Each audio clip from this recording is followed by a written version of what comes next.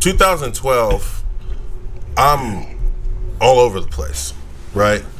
I would, for example, one time I went to London. I was supposed to be there for a couple days, and I ended up staying like 2 weeks. And I get back, I fly back to LA. I'm in LAX, and my phone starts working again because at the time it didn't work overseas. Yeah. I get all these angry text messages from my girlfriend at the time, who was also my manager at that time.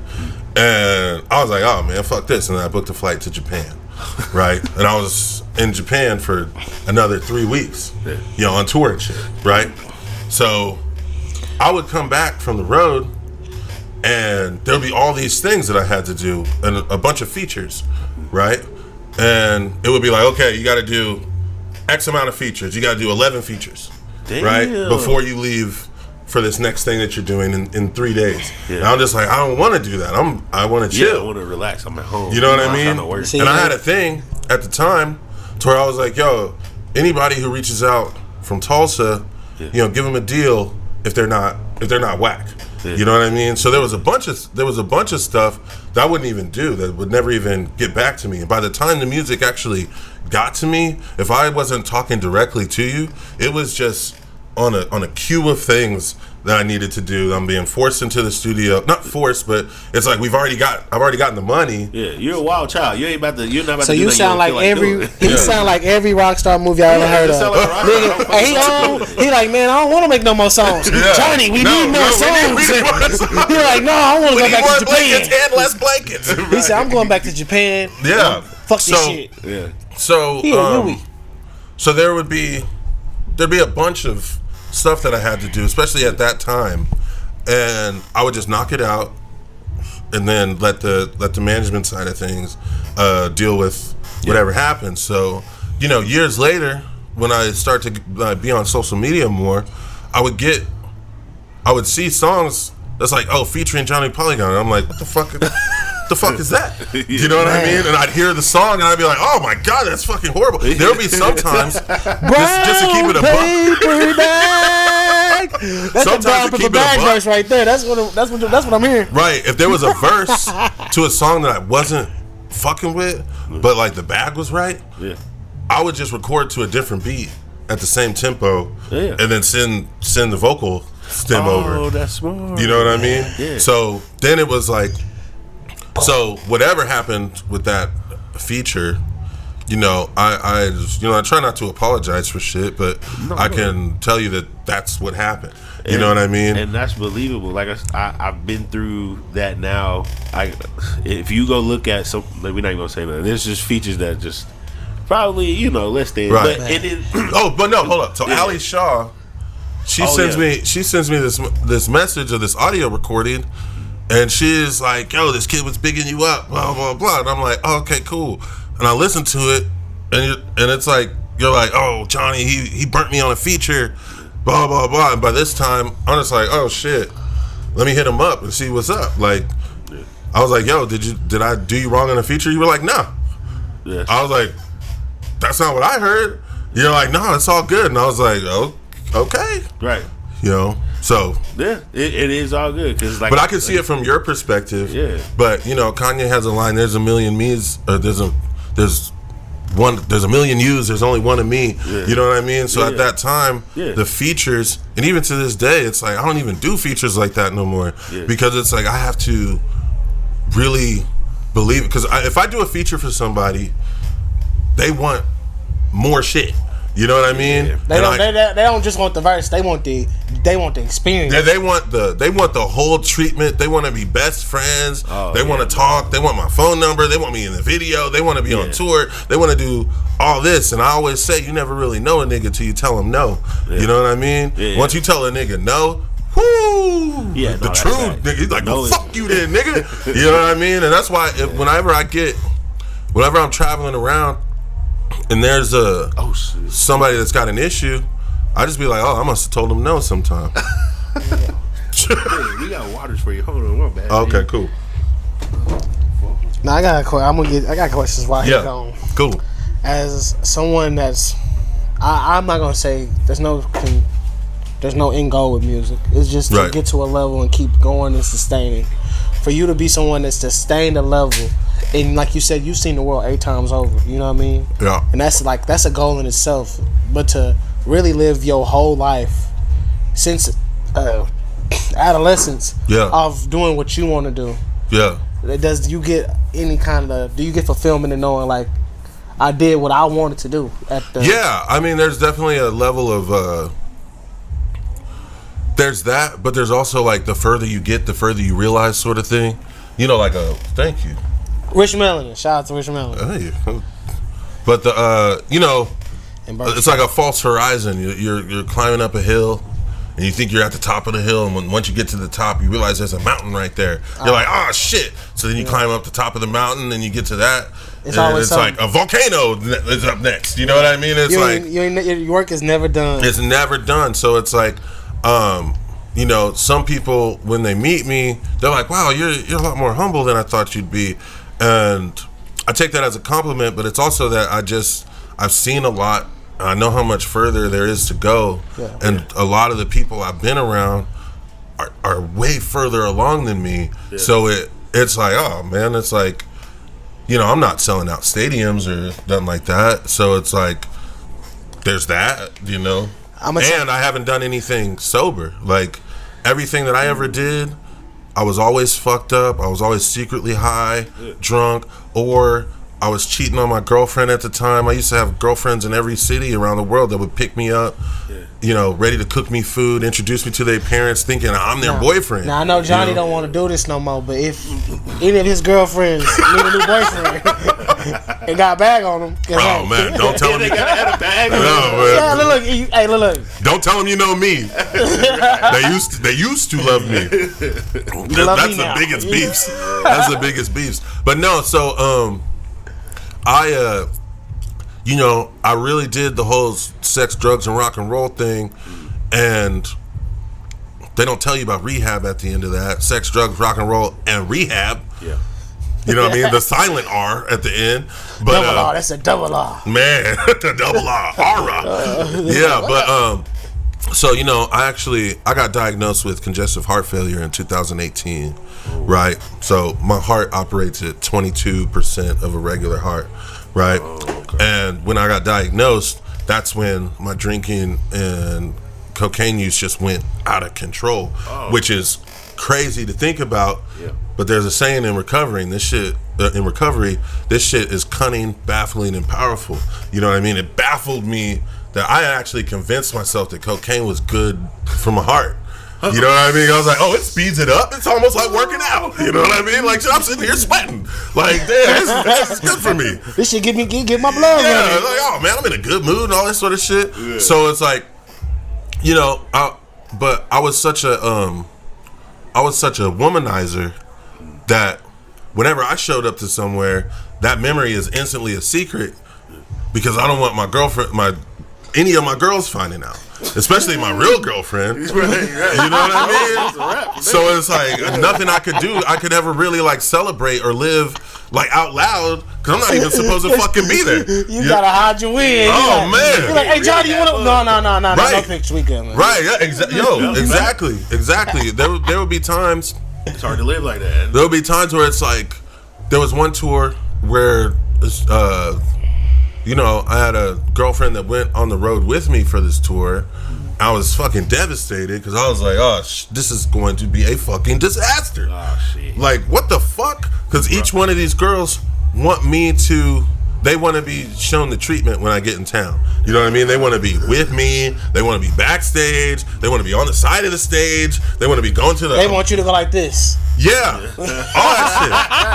All that shit. So then I couldn't promote my shows because I didn't want them to even know I was coming in town. Yeah. And all this sort of shit. So it's like, there's really good memories and like really funny stories, but there's also like real shameful shit attached to it too. You know what I mean? That's just like, oh man, why was I acting like that? And the reason why is because I was getting away with it and I was getting paid for it. You know what I mean? Yeah.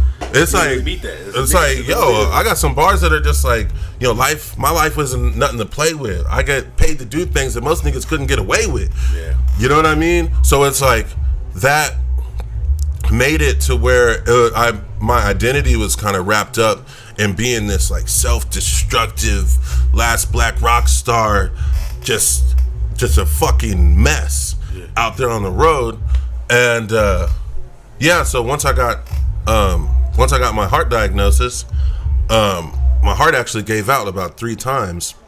Man, which I didn't even know until I got to rehab. So you died 3 times? I died 3 times. So I'm at rehab, and I already got the name of the movie. So I'm at rehab, and there's a doctor named Dr. Sledge, his real name. I'm playing Dr. Sledge. Yeah.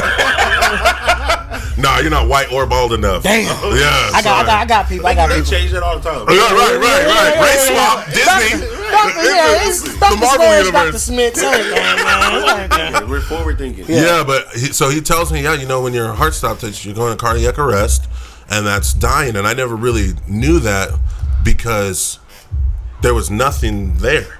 Like, it wasn't like this white light. My life didn't flash before my eyes. I would just pass out. Oh no, that don't sound good. No, dude, it was wild. That don't sound good. I would pass out, and I don't have any. There was a confusion because I would never know how long I was out for. Oh, you know what I mean? There was this one time I was in. This is during the pandemic. I'm out in LA. See, you already said too much. During the pandemic. Right. In LA. Right. So I'm out in LA with my girlfriend, a different girl at the time. One of. And she had heard about me, but I was on like the other side of my career at this time. So I was like kind of feeling washed up. I was kind of bitter. And I was just kind of like always telling like back in the day stories. I would always see my friends and shit on TV or in movies and shit. And it's really, let me tell you, it's really fucking difficult when you see somebody on TV not to be like, oh, that's my nigga, da da da. Yeah. Or like, oh, you hear somebody on the radio, oh, that's my nigga, da da da da. But that gets on people's fucking nerves. Yeah. You know what I mean? So that became a little bitterness that I'd be sitting there. I can't even be myself. Yeah. I'm not trying to flex on niggas. It's just these are my niggas, and some of them used to be my intern, and now they passing me up, and I'm like feeling old, and I'm feeling out of shape. But I can party, and I can do all this shit, and we can go in the back door of this restaurant, we can go into this club, and so I finally take her out to LA. I'm introducing her to her favorite celebrities and shit like that, and I'm like, yeah, see, these are real. I really know these motherfuckers, you know what I mean? And one night, we're getting tacos, Shout out to the tacos. Shout out to the tacos on the little side of the road on Lincoln Boulevard. Okay. And I start to get this... In LA? In LA, yeah. I'm going really in like next week. I should go there? No. No, it's the first place that I died. It's traumatic. I blame the tacos. The tacos. No. I'll give you some places to go. But I start to get this tingly feeling. Oh my god! And the next thing I know, I'm starting to come to, and like these 3 Mexicans are on me like, "Oh, you okay, Holmes? Oh shit!" Da, da, da, da. I get up. I had fucking shat my pants and all this shit. Oh no! Yeah. You the second person to tell me they shit their pants in the past. Us in the past 2 days. Well, I mean that's what happened. Did he say that on camera? No. Okay. I don't give a fuck. I mean, this is. We can't say it on camera. We'll take it off camera. You don't have to take it off. No, I said we'll tell you who else said it. Oh, okay, yeah. We gotta take that on camera. Yeah, this is part of my story. Yeah, no, we don't consider it. Yeah. So I get up, and I don't even go to the hospital. I just catch an Uber home. Most awkward Uber ride ever, or back to the Airbnb. Right. And then, take a shower, hop in the car, go get another bag, get another bottle, and just fucking keep raging. Right. You know what I mean? Man, you was one gangster ass nigga. Right. Yo. I shit on myself. I'm sitting down for a couple of days. Nah, man. Not me. Not me. That man wiped it off and went back outside. Like, yo, nigga, I sitting there with the stale face at home, just like, what? Nah, I changed pants. This nigga got up and went back at it. Went right back at it, bro. So sad, I was right by the taco stand. I just grabbed some napkins. Oh, shit. Fucking clean myself up to the best of my ability. I get in the Uber. I can look at the Uber driver. He's just like, Uber. I'm like, will you roll all of the windows down? All of them? No, so I go back to Airbnb, shower, boom, hit up the plug. Yeah. You know, keep going. You know what I mean? Where was she at? She was in the Uber with me. She's a down. Wherever she at. Shout out to you. You did your time. Because I know some people that would have left. No. So we did break up soon after that. And I never understood why. I was like, everything changed since LA. What's the big deal? I took you out. I took you to the beach. I don't know what's the problem here. You know, when you see somebody, you only think like, oh, I'm going to see him show himself when we old and great. Not 2 days from now. Right. She looking at you different like now. She like, right now. Yeah. So anyway. To come out of, but yeah. That's so that was the first time. Nigga said the first time. Yeah. So that was the first time I died. 2 more times. Second time, I was actually in a session with an artist I was producing, and I go to sit down, and I'm like, boom, just knock out, hit my head. She wakes me up, and smart man. And no, she like goes to the gas station, the 7-Eleven, to get me some waters, and she watches me for like a couple hours, and I was like, oh, I'm good. She's like, okay, cool. And then the last time that happened was on Christmas Day of last year. I'm like washing my face in the bathroom, and I'm just like, boom. I wake up, and I'd fallen through my shower. You know, I got like a nice shower with like a glass door and all that shit. I'd fallen through and pushed the glass door the opposite way of the way it's supposed to go. When I'm waking up, I can smell like conditioner, and it's all fresh and shit. And then I can feel water dropping on my forehead. Nobody was there? No, I was there alone. What the fuck? And so I had no idea how long I was out that time, right? So, yo, I'm sorry. Is somebody performing? Am I tripping? Is somebody performing at her? That sounds like a whack performance. Yeah, what the fuck? Yeah. Is it? Oh. So I'm gonna tell you the movie name for. Yes. Hey, Polygon: The Many Ways of John. You know, it's coming. It's coming. It's coming. Y'all, on the way. Right. A Netflix special right there. Well, so then after December. There was like, so that was December, Christmas Day of 2022. There was still 6 months of just raging after that. And then there was a time where I had been hiding my drug usage from my girlfriend. And all this shit going on, you hiding it from her? I thought I was. But were you really? I wasn't really. Let's be real. I wasn't really. I be thinking like, hey, I was hiding smoking from my mama, but I know. Yo, you know how like she smelt it. You know how like a crackhead thinks they're fine if they just do their hair? They're like, right. I'm good. You know what I mean? That's how I was. I was just like, oh, I'm cool. Yeah. You know, and I'd always excuse myself because I wasn't smoking crack. I'm doing coke. This shit is fancy. This shit is fucking fly. Right. And it's like, you like this house? You like these lights? Right. You like these lights? You see what lights? Right. I'm just like, yeah. So I do all this. Yeah. You know what I mean? And I would use that. Yeah. And there was one day where I've been trying to tell her that I have a drug problem. Right. She knew I was an alcoholic. Right. And the trying to just say I've been trying to tell her for months at this time, right? Because she would catch stuff, like just little baggies around the house, a little rolled up hundreds or some shit like that. And I would just, oh man, you leaving? Hey baby, you was. Hey, I love the fact that you was in denial because you was thinking the best of Johnny. But baby, you knew.